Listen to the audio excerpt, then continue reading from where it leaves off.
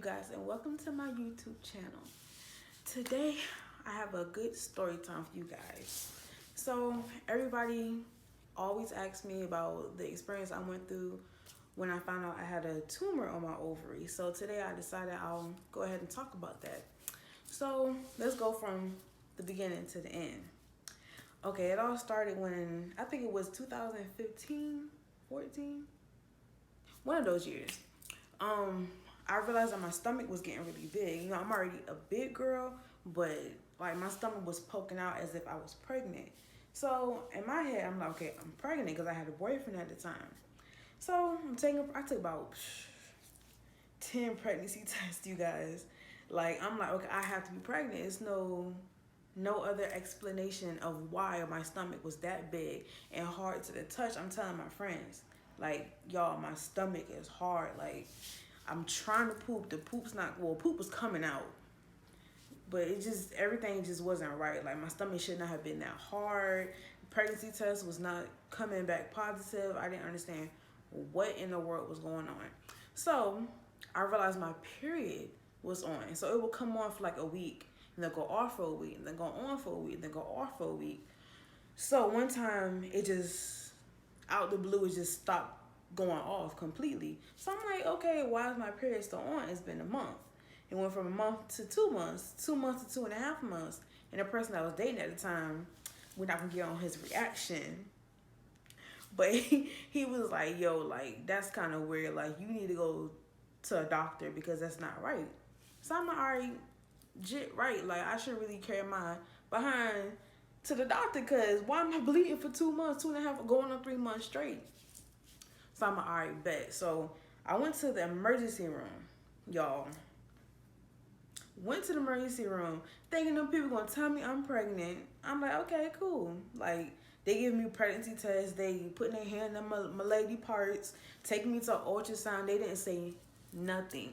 When I say there was this dead silent the whole time. They was like, we'll take you here. We'll take you there. We'll do this. We'll do that. So I'm like, okay. They didn't say anything. I'm asking people, like, what's the result saying? They're not telling me anything because they can't say anything because they're not the doctor. So I'm like, all right, cool.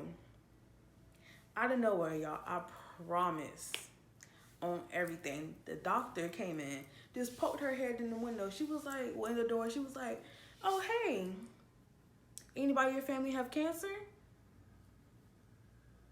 I'm like, cancer? I'm like, no. She's just, okay. And poked her head out the door. I said, oh, no, ma'am. Come back. What's this cancer you speak of? What do you mean cancer? So she just pulls up a chair. She just pulled the chair, just a long, pulls up the chair, sits down, and was like, you have cancer. And just stood up and just tried to walk out of the room. I said, what? So I'm looking like, excuse me, ma'am. She's like, yep, you have cancer. And I'm like, what do you mean? Like, how do you know I have cancer? Like, was that what y'all found in my blood? Blah, blah, blah. And she was like, it's no possible way. She's like, your ovary is supposed to be 8 centimeters. It's 28 centimeters. That's entirely too big. You have cancer. And I'm like, dang, like, so I'm all distraught. I think I called my sister first. I called my sister boo-hoo crying. My sister told me straight. She's like, shut up. You don't have cancer. I'm calling mom. Mommy about to come get you. Like, y'all, I was boo-hoo crying. My sister told me, like, you don't have cancer. Shut the fuck up. Get the fuck off my phone. And she was like, don't say that no more. And I was okay. I guess I don't have cancer because my sister says I don't have cancer. So the lady gives me the information for the specialist to go to further my diagnosis, as she would say, because the lady swore I had cancer. Yo, I didn't have cancer, by the way. There was no cancer in me. The lady just thought it was. I tried to get a bitch in trouble, but I couldn't find her information. But anyways, so I end up going to the doctor the next week so he can see what I had, whatever, to check me out, whatever. And he basically told me that I need the surgery as soon as possible. Like, the tumor was that big, y'all. Like, it was about to explode. Like, if I didn't remove it when I did type stuff. So he was like, his closest appointment was 3 weeks from then. I had to get a CAT scan. I had to get my blood drawn 1,000 times. They had to keep monitoring my tumor. They never really, towards the end, I found out it was really a cyst that became so big that they had to diagnose it as a tumor. Because, you know, cysts are usually like about this big. That bitch was about this big. It was huge, y'all. Like, it was really, really big. It came out to be 16 pounds worth of fluid that came out of me. But yeah, so I had to get a CAT scan to see if it was solid. If it was solid, he would have had to cut me wide open, like a straight incision to have me like a really big scar. Or if it was liquid, which come to find out it was liquid, that they were going to put like little holes in my stomach and just, you know, drain the fluids and then pull it out. So yeah, that's basically it. And then the week before the surgery, I was perfectly fine. I didn't feel no pain. For people that want to know, I felt no pain until literally a week before the surgery. I think she knew what was going on. Like, my ovary was like, bitch. That tumor was like, oh, you trying to get rid of me, huh? That hole made so much noise, y'all. Oh my goodness. I was at work. I remember I had got me a drink of water. I already had like a little pain in my stomach. I got me a drink of water. That pain went all the way from under my titty to my belly button. And I literally, I promise you, I thought I was dying. I couldn't breathe. I couldn't walk. I couldn't do nothing. Like, even the smallest bump it hurted so bad, so bad, that I had to end up going to the emergency room. So my boyfriend at the time actually took me to the emergency room. Thank God we lived like probably like 5 minutes away from the hospital. So it took me to the emergency room. Every little bump, I could barely get down the steps. Like, everything hurted so bad. Like, my mom tried to, you know, give me home remedies. You know, island people always have a home remedy, but it just wasn't working. I was crying. I couldn't sleep. Like, I feel like I was dying. So I had to go to the emergency room. So get to the emergency room, and the doctor comes in the room in one of these hands. This man comes in the room, asks me what was going on. You know how doctors try to talk to you to get you off your mind or what's going on. This man took my stomach and literally just started pushing on my stomach, and I screamed so loud, and I think I kicked him, y'all. Like, that shit hurt. Like, I don't understand why they do that, but it's for the better. Even though I'm gonna beat his ass. Anyways, so they gave me another CAT scan. They checked out everything I had going on and stuff, and so he left the room, checked out all my results, whatever, and then when he came back in, he pulled me to the side to a screen. Thank God I could walk. But he, you know, pulled me to the side. Oh, they gave me some good medicine too, y'all. Whew. I was hot as gas. Oh my goodness, I felt so good. But anyways, he pulled me to the side and he shows me like the results of the CAT scan. And he's telling me, like, you know, you see this big circle right here. It was like a view of me like laying down. So you see like a view of everything from this angle of, like, you know, me laying down. So he's like, you know, you see this big circle right here? I'm like, yes. He's like, okay, that's your ovary.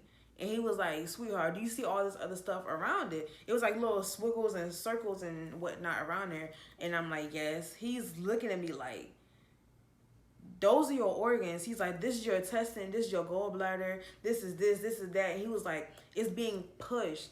Everything is being pushed by this ovary. And he was like, it's pushing everything out and it's damaging the rest of your organs. He was like, you need to get this surgery as soon as possible. And I'm telling him, like, you know, it's next week. And he was looking at me like, you need to get it before next week. He was like, it's really like damaging you.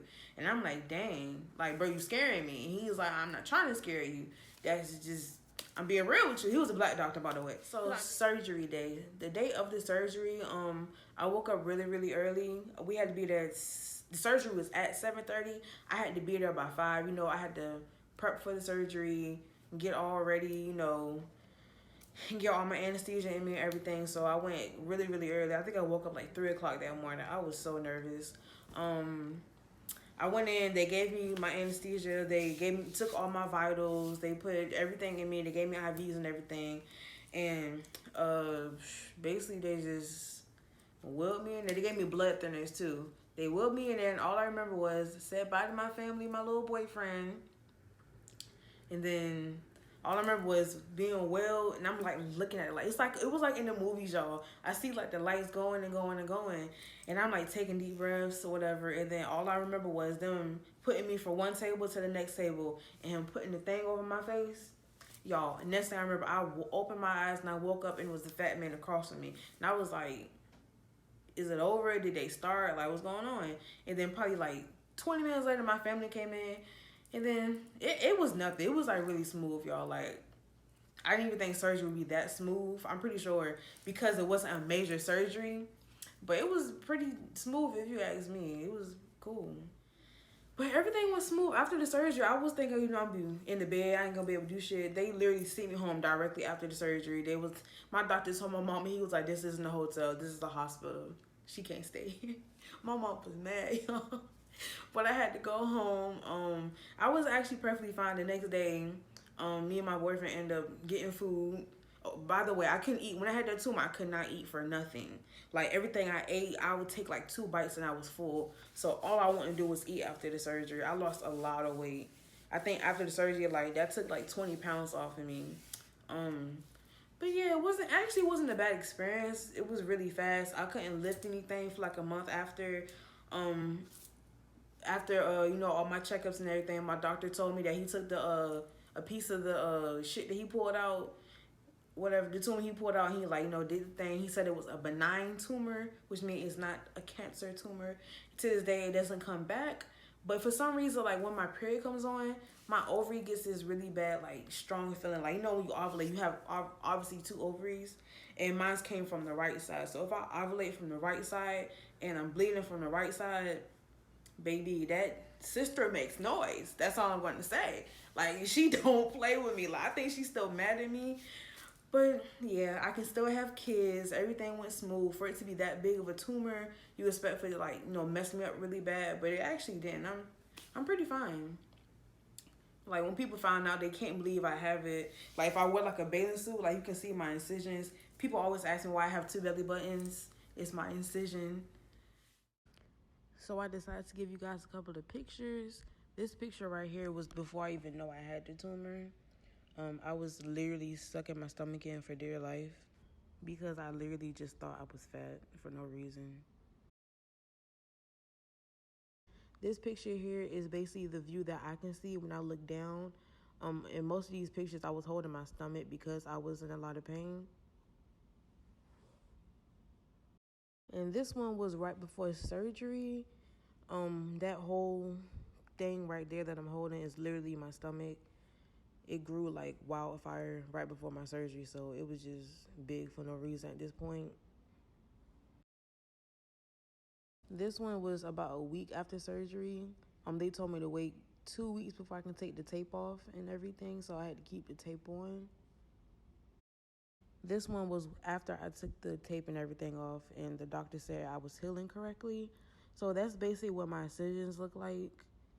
I have 4 incisions, and the one on the top sinks in really bad. That's the one that I say look like is an extra belly button. That basically sums it all up. Thank you for watching. Make sure you like, comment, and don't forget to subscribe. Thank you.